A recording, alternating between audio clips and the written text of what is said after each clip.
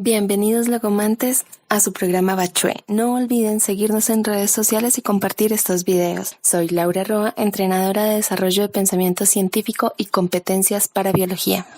Si me preguntasen mi opinión antes de emprender un viaje largo, dependería por completo mi respuesta de las aficiones que el viajero tuviese por tal o cual ciencia y de las ventajas que pudiese obtener desde el punto de vista de sus estudios. Es indudable que se experimenta viva satisfacción contemplando países tan diversos, pero esa satisfacción no compensa ni con mucho las penalidades. Se necesita por consiguiente que haya un objeto, ya sea un estudio que completar o una verdad que descubrir, y este objeto tenga interés bastante como para sostenernos y alentarnos. Charles Darwin, 1839, Diario del Beagle. Bienvenidos logomantes, el día de hoy damos inicio a la primera sesión de Ciencias Naturales con la lectura del Diario del Beagle de Charles Darwin, porque al igual que él, ustedes descubrirán la pasión por las ciencias naturales. Descubrirán que las competencias en ciencias no son más que la capacidad de ver a través de los ojos de un niño de 8 años, pero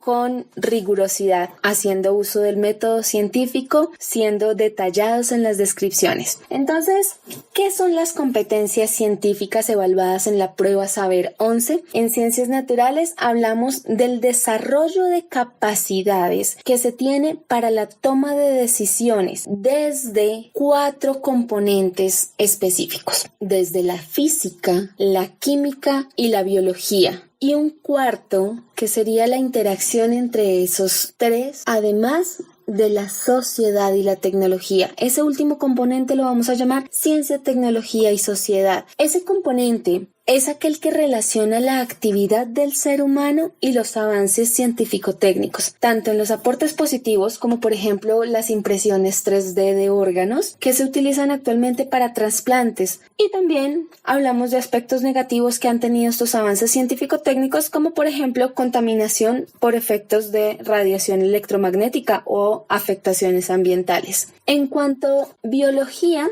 entonces vamos a tener unas temáticas específicas que van a evaluarse en biología. Homeostasis de los seres vivos, la capacidad que tiene todo ser vivo para mantenerse en el medio en el que está. Es decir, que no se deshidrate, que pueda alimentarse y que pueda mantenerse con vida. Segunda temática, la herencia y la reproducción. Hablamos de la capacidad de mantener la especie por sí misma. Y ligado a esa tenemos algo importantísimo. Siguiente tema, evolución y transformación de la vida en el planeta. En este aspecto nos detendremos más adelante un poco más, porque aquí es donde hablaremos de genética, y la genética vamos a tener que dividirla en varios aspectos. El siguiente tema serían las relaciones ecológicas, y finalmente conservación de la energía. Vamos a hablar de todo aquello que tiene que ver con ecosistemas y redes tróficas. Eso en conjunto serían las temáticas que se abordan desde biología para la prueba Saber 11. Pero estábamos hablando de competencias, ¿cierto? Las competencias específicas dentro de las ciencias naturales van a ser evaluadas en 58 preguntas distribuidas de a 29 en cada sesión. Y van a evaluarse 3 competencias. Uso del conocimiento científico primero, luego explicación de fenómenos y finalmente indagación. ¿Por qué en ese orden? Ese orden implica que va a haber un grado de dificultad o un grado de profundidad en cada una de ellas. Entonces, las preguntas de uso comprensivo del conocimiento científico van a valer únicamente el 9% de cada prueba. Explicación de fenómenos naturales también vale el 9% e indagación vale el 12%. Miren que es una competencia con un peso altísimo, así que si completamos los 2 primeros niveles, somos capaces de tener las 2 primeras competencias 1A, la tercera saldrá o tendremos la capacidad de manejarla con muchísima facilidad. Esos porcentajes que les mencioné corresponden únicamente a los componentes biológico, físico y químico. Ciencia, tecnología y sociedad tienen porcentajes menores. Para uso comprensivo del conocimiento científico en ciencia, tecnología y sociedad, tan solo le vamos a asignar el 3%, igual que a explicación de fenómenos, y el 4% para indagación. Pero, ¿qué es uso comprensivo del conocimiento científico o qué se evalúa ahí?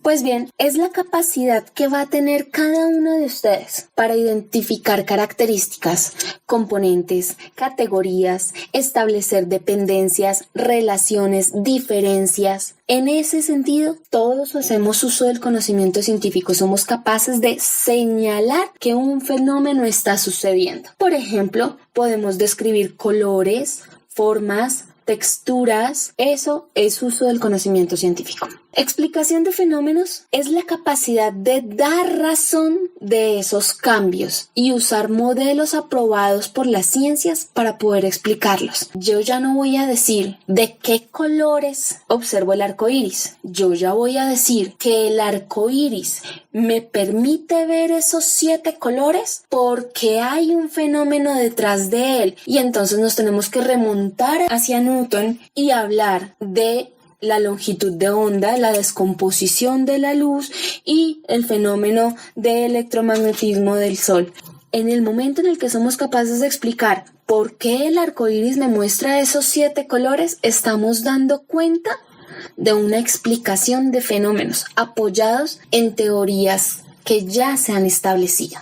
Hasta ahí solamente estamos reproduciendo algo que ya han hecho. Resulta que la ciencia se basa en el método científico y por eso la última competencia tiene tanto peso: indagación.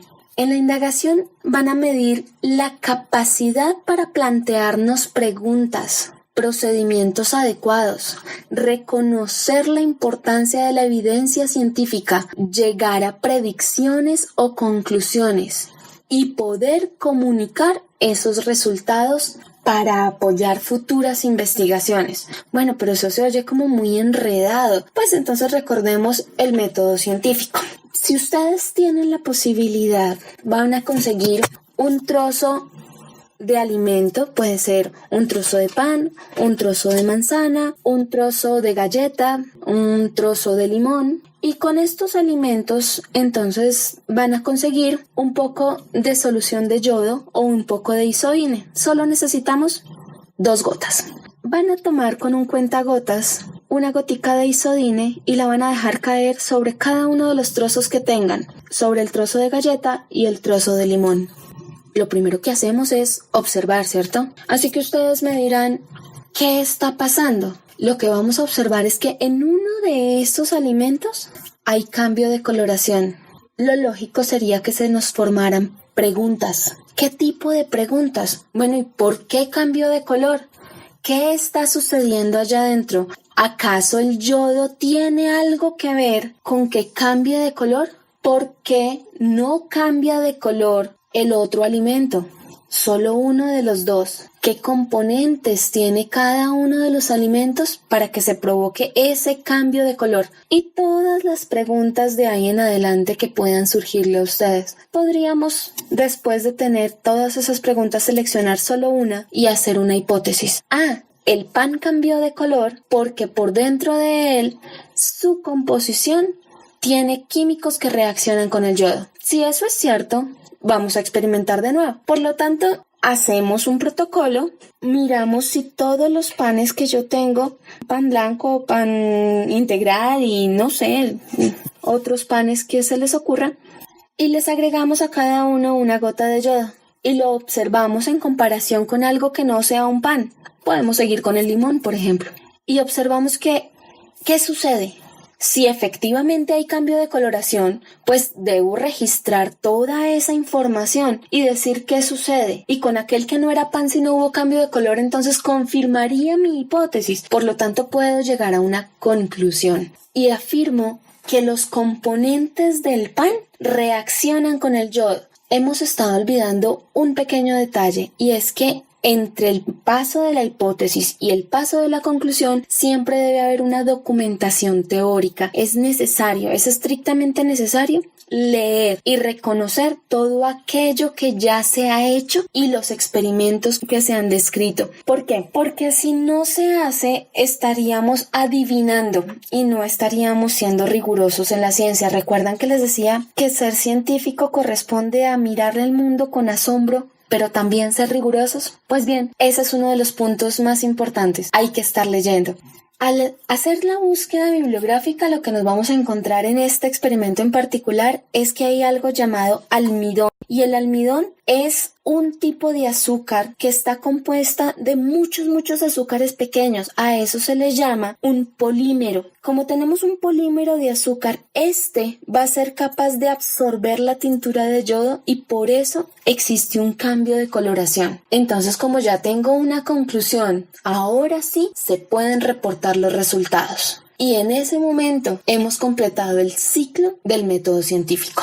Pues bien, cuando nos evalúan en las pruebas saber, estas competencias lo que están evaluando es precisamente esa capacidad de indagar, esa capacidad de pararse desde cualquiera de los puntos del método científico para poder decir que ve el mundo desde el punto de vista de las ciencias naturales. Y ojo acá, en las pruebas saber no se van a evaluar conocimientos, se va a evaluar cómo es capaz de resolver una situación a partir de todo aquello que aprendió de las ciencias naturales. ¿Cómo así que ser capaz de resolver situaciones a partir de lo que se sabe en ciencias naturales? Pues bien, las pruebas saber han sido diseñadas de tal forma que se planteen situaciones en donde es evidente si la persona puede contestar no desde su percepción personal, sino desde los conceptos y desde el pensamiento científico. Para poder ver eso, es necesario reconocer la estructura de la pregunta. Las preguntas en la prueba saber tienen 3 componentes o 3 partes. La primera parte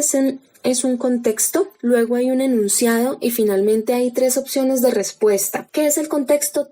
Absolutamente toda la información que pueda darle. Toda la información que exista. Pueden ser tablas, gráficos, dibujos o texto. Aparece luego el enunciado. El enunciado no es más que la pregunta y es la parte fundamental. ¿Por qué? Porque ahí, en esa pregunta, aparece la competencia. Ahí es donde se va a saber qué le está evaluando la prueba a usted. Si usted identifica correctamente esa competencia, tiene ya el 50% de la pregunta. Y luego existen las opciones de respuesta donde obviamente solo hay una correcta y los demás son distractores. En el taller usted va a intentar identificar las competencias a partir de esas preguntas que se plantean ahí, esas 6 preguntas. Hagamos el ejercicio con la pregunta número 1. El contexto habla del color llamativo de unos peces macho y dicen que ese color llamativo puede deberse a una selección sexual, ¿cierto? Cuando digo pueden deberse es porque dentro del contexto me hablan de una hipótesis, ¿cierto? Una posible respuesta que el investigador se dio. Y me dan otra información ahí, aclarando que los peces soportan eso a pesar de ser vulnerables, es decir, corren el riesgo que les pase algo. Ese es el contexto. ¿Y cuál es el enunciado? Pues el enunciado en este caso está muy fácil de identificar, está entre signos de interrogación y dicen ¿cuál de los siguientes resultados apoyaría esta hipótesis? Hago énfasis en la palabra resultados porque eso me indica que hubo una experimentación. Y si hubo una experimentación, recordamos cuando yo hablé del método científico, que si me paraba en cualquier parte del método científico lo que estaban evaluando era entonces la competencia de indagación. En este caso, ¿cuál es la competencia? Indagación. ¿Por qué lo sé? Porque me están diciendo que obtuvieron unos resultados y que uno de esos